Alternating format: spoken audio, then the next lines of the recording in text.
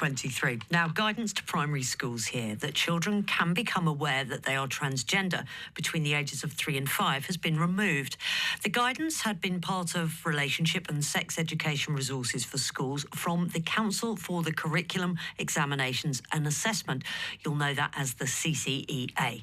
Each school in Northern Ireland has to teach relationship and sex education to pupils, but what is actually taught is a matter for each school to decide based on their school ethos. The CCEA, though, has extensive resources on their website for schools to use. And their guidance to primary schools on LGBTQ issues had said that young children could become aware of their quote, assigned birth sex, that was different from their, quote, gender identity between the ages of 3 and 5. But Good Morning Ulster's learned that guidance has now been removed.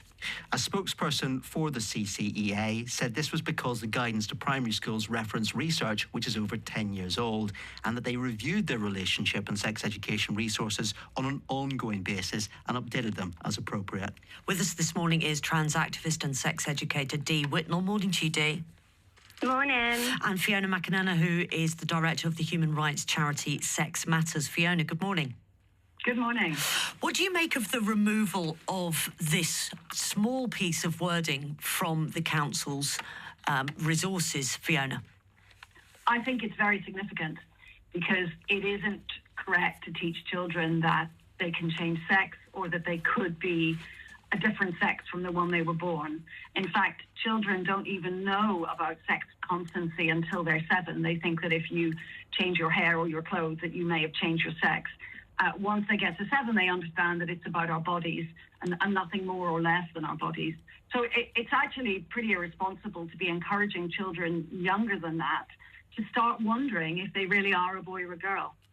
Were they encouraging it, though, or were they just putting out a particular set of advice that schools here can choose whether or not they want to accept it or not? Schools can choose which way they want to teach sex education based on their own school ethos. Well, what is advice for if not for taking? They were putting out a position that would mislead children, and in a school where responsible adults are telling you things you're supposed to believe, what is a child supposed to think if they're told that maybe they're not a boy, they're a girl or the other? It does no good for children at all. It was described as guidance rather than advice. Dee Whitnell, what are your thoughts on this being removed? Is it a significant step, as Fiona McAnena says? I think the conversation we need to be having here is that removal doesn't mean that there aren't any trans young plus people. And by removing this, you are signalling that transness is inappropriate. Yet we teach young people about their bodies, their identity from as early as they're born. We make conversations about their boyfriends, their girlfriends, all kinds of things. But when it comes to trans individuals, apparently this is just not acceptable. My question is, what happens with a family who has a young trans person in their family and they've known this since they were very young? Do they have to hide their transness? Or an individual who comes from a family who has a trans plus mother or a trans plus father or a non-binary parent, will they have to remain silent in the classroom?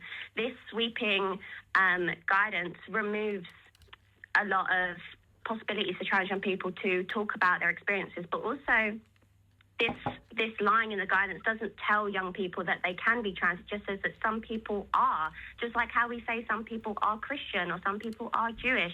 It doesn't mean that it will make them trans. It just allows them to understand their fellow pupils and maybe their own family members or siblings more. Fiona, what's your response to that? Well, of course it's right to teach children to be tolerant of difference. I don't think anyone's arguing against that. The specific issue here is that very young children, under this guidance, were being taught that perhaps they were not a boy even though they'd been born a boy. Perhaps they really were the other sex.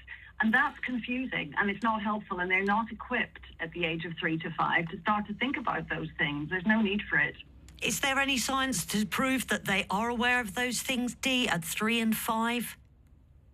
Unfortunately, there is little research. As we found out with the CAS review, one of the only good things that came from the CAS review is the fact that we realised that there was little to no research on trans young plus people. So what we need more is funding on research towards trans young plus people, how we can support them and how their gender expression and identity changes.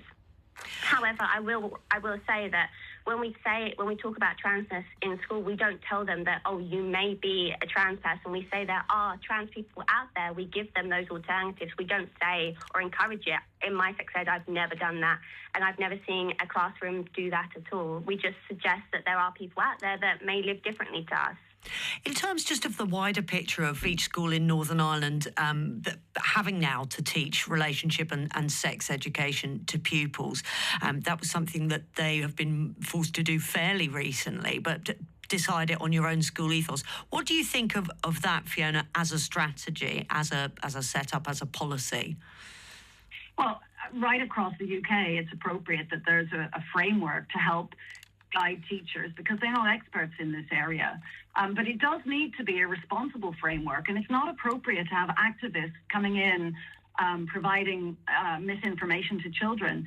And when you ask what it means for a child to be trans, they answer in terms of stereotypes, and yet we know that teaching gender stereotypes or sex stereotypes is really not helpful. That's something we've been moving away from for a very long time. Okay. And yet that's all that little children have to go on because they don't know about gametes and what really makes someone male or female. They don't understand that.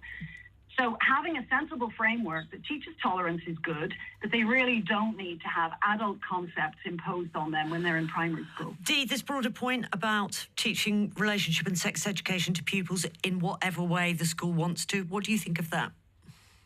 I think it's really important that just like what is currently going on with the sex ed review in the UK is that we create a guidance that is there for the teacher, that is also there for the pupil, that parents are involved with it.